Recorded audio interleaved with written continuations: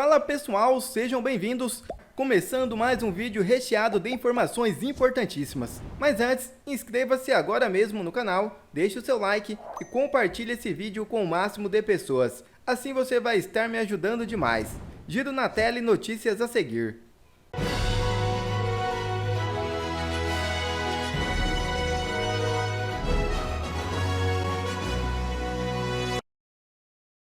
Urgente! Gilmar Mendes anula condenações de José Dirceu na Lava Jato. É isso mesmo. O ministro do Supremo Tribunal Federal, Gilmar Mendes, estendeu ao ex-ministro da Casa Civil, José Dirceu, os efeitos da decisão que declarou o ex-juiz Sérgio Moro suspeito para atuar em processos contra o presidente Luiz Inácio Lula da Silva. A medida permite que Dirceu recupere seus direitos políticos e deixa de enquadrá-lo como ficha suja. Com essa extensão, todas as decisões de Moro contra Dirceu na Operação Lava Jato foram anuladas, incluindo as condenações que o ex-ministro recebeu por corrupção passiva, recebimento de vantagem indevida e lavagem de dinheiro. Em 2016, Dirceu havia sido condenado a 23 anos de prisão por Moro, seguido de uma segunda sentença em 2017, que adicionou mais 11 anos e 3 meses de prisão. A defesa de Dirceu havia solicitado ao STF que a decisão sobre a parcialidade de Moro nos casos de Lula também fosse aplicada aos processos da Lava Jato envolvendo o ex-ministro. O processo corre sob sigilo judicial. Em maio deste ano, a segunda turma do STF já havia concedido um habeas corpus para extinguir a punibilidade de Dirceu em uma das condenações referente à pena de 11 anos e 3 meses. Outro do processo envolvendo o ex-ministro se referia ao suposto recebimento de propinas da empreiteira Engevix, no contexto do esquema de corrupção da Petrobras. Em 2022, o Superior Tribunal de Justiça chegou a determinar uma pena de 27 anos de prisão para Dirceu, mas sua defesa recorreu da decisão, aguardando nova análise. O que está acontecendo hoje no Brasil é uma vergonha. Corruptos estão sendo libertos da cadeia e tendo suas condenações anuladas pela mais alta corte do país, enquanto pessoas inocentes estão sendo perseguidas e presas. Nunca foi visto isso antes no Brasil. E para o Congresso e o Senado está tudo normal. Na Globo e na velha imprensa você não vê falar nada. Está como se nada estivesse acontecendo. Está tudo às mil maravilhas, como se fosse normal. Sinceramente, não sei mais o que será desse país com essa justiça. Ou melhor, com essa injustiça. Bom, mas enfim, a esperança não pode morrer e eis o primeiro passo para a volta de Bolsonaro em 2026. É isso mesmo. O presidente do PL, Valdemar Costa Neto, se reuniu com o presidente da Câmara, Arthur Lira, e falou sobre a anistia dos detidos pelos atos de 8 de janeiro de 2023 e também sobre o ex-presidente Jair Bolsonaro. Antes da reunião, Valdemar afirmou: "Temos que trabalhar com o projeto de anistia que está na CCJ. Tem uma reunião com o Arthur Lira hoje ainda, para falar sobre isso, porque precisa ser dentro da lei. Precisamos disso, mas precisamos saber qual a maneira", disse o presidente do PL. Valdemar ainda afirmou que Bolsonaro é o maior cabo eleitoral da direita brasileira. E Lira deve tentar falar logo com o ministro do Supremo Tribunal Federal, Alexandre de Moraes. Eis o primeiro passo para 2026. A cruel, absurda e desumana perseguição contra o ex-presidente Jair Bolsonaro e seus aliados não tem fim. Após a reunião com Valdemar, Lira anunciou uma comissão especial para analisar a anistia aos presos do 8 de janeiro e também apoio a Hugo Mota como seu sucessor na Câmara dos Deputados. Veja o vídeo. De uma maneira muito tranquila, eu queria só, antes de começar a formalmente ler, o que eu queria, nesse momento, colocar, expressar. Eu queria agradecer a presença dos deputados que vieram aqui. A princípio, não estava nada combinado da presença de nenhum parlamentar, seria uma fala minha, de um posicionamento do deputado Arthur, eventualmente e temporariamente presidente da Câmara, e queria agradecer a presença de todos que estão aqui junto deste comunicado que eu queria fazer à imprensa de uma maneira muito respeitosa.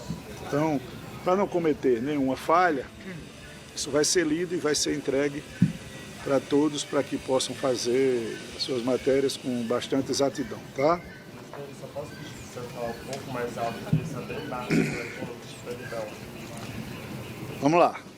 A campanha desgastou um pouco as cordas vocais. Minhas amigas, meus amigos, como todos sabemos, em fevereiro do ano que vem, as deputadas e os deputados da Câmara Federal escolherão seus novos dirigentes, que conduzirão os trabalhos da Casa pelos próximos 2 anos. Presidir a Câmara dos Deputados por 2 mandatos consecutivos, tendo recebido, quando da minha reeleição, o voto de confiança de 464 parlamentares, é uma das maiores honras que a vida já me concedeu. Sou extremamente grato aos líderes partidários, cuja dedicação, apoio e disposição em dialogar tem nos permitido entregar ao país reformas estruturantes, históricas, complexas, mas absolutamente imprescindíveis para modernizar o Brasil e pavimentar o caminho do desenvolvimento e do progresso. Sinto imenso orgulho da agenda positiva e das entregas históricas que juntos, com muito diálogo e principalmente convergências, estamos deixando ao país, mesmo, às vezes, claro, num contexto de polarização social e política. A Câmara dos Deputados é um reflexo da nossa sociedade e é nela que devem ser livremente debatidas todas as matérias tidas como relevantes. Nada deve ser obstado. Há de ser plena a liberdade do Parlamento de formular, discutir, debater, pensar as temáticas mais relevantes e sensíveis de nossa gente. Assim também, e eu queria bastante atenção nesse tema, deve ser chamada, assim também deve ser com a chamada Lei da Anistia. O tema deve ser debatido pela Casa, mas não pode jamais, pela sua complexidade, se converter em indevido elemento de disputa política, especialmente no contexto das eleições futuras para a mesa diretora da Câmara. E é por isso que, na condição de presidente da Câmara dos Deputados, determinei ontem a criação de uma comissão especial para analisar o PL 2858 de 22. Essa comissão seguirá rigorosamente todos os ritos e prazos regimentais, sempre com a responsabilidade e o respeito que são próprios deste Parlamento. Também nessa temática é preciso buscar, como tudo que a gente faz aqui, a formação de eventual convergência de texto. Essa é a marca do nosso trabalho, cumprimento intransigente dos acordos firmados, defesa das prerrogativas parlamentares, diálogo incessante e busca incansável sempre pela convergência de votações e de ideias. Esse, o espírito que me moveu e me move, especialmente agora, em que o senso de responsabilidade institucional e meu compromisso com o Brasil fazem com que eu me posicione publicamente em favor de um dos pretendentes à presidência da Câmara dos Deputados a partir de fevereiro de 2025. Todos os deputados que se colocaram e se colocam nessa disputa possuem plena legitimidade para pretender a cadeira que temporariamente ocupa. Jamais caberia a mim, presidente da Casa, entre iguais, cessar as legítimas pretensões de quem quer que seja ou obstar o projeto político de um outro parlamentar. No caso, e como todos sabem, Elmar Nascimento e Antônio Brito, mais do que colegas de parlamento, são verdadeiros amigos de vida. Com eles, tal como com todos os parlamentares, mantive um diálogo aberto, franco e, sobretudo, leal. E a todos fiz apenas um único pedido: viabilizem-se junto às deputadas e aos deputados, pois sem convergência não há governabilidade.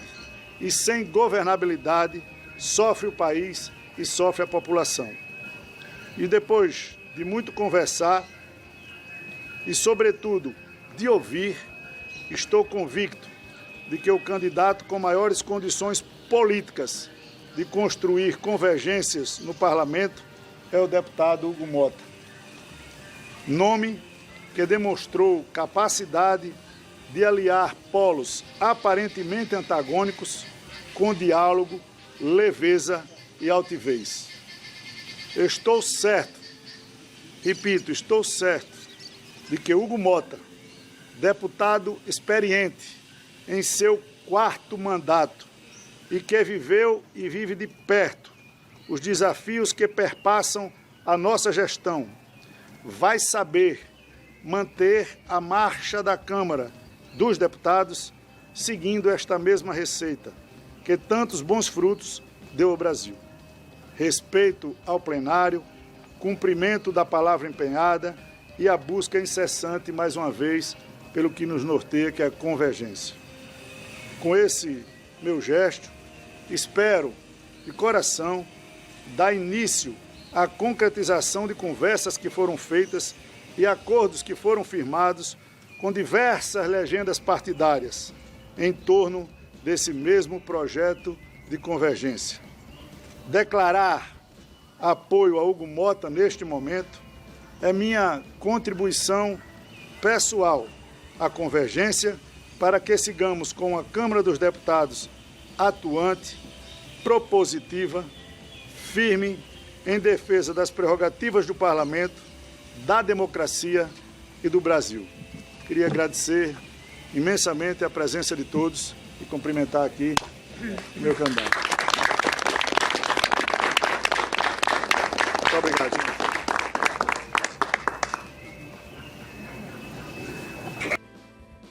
João, o Lira atrasou o PL da anistia.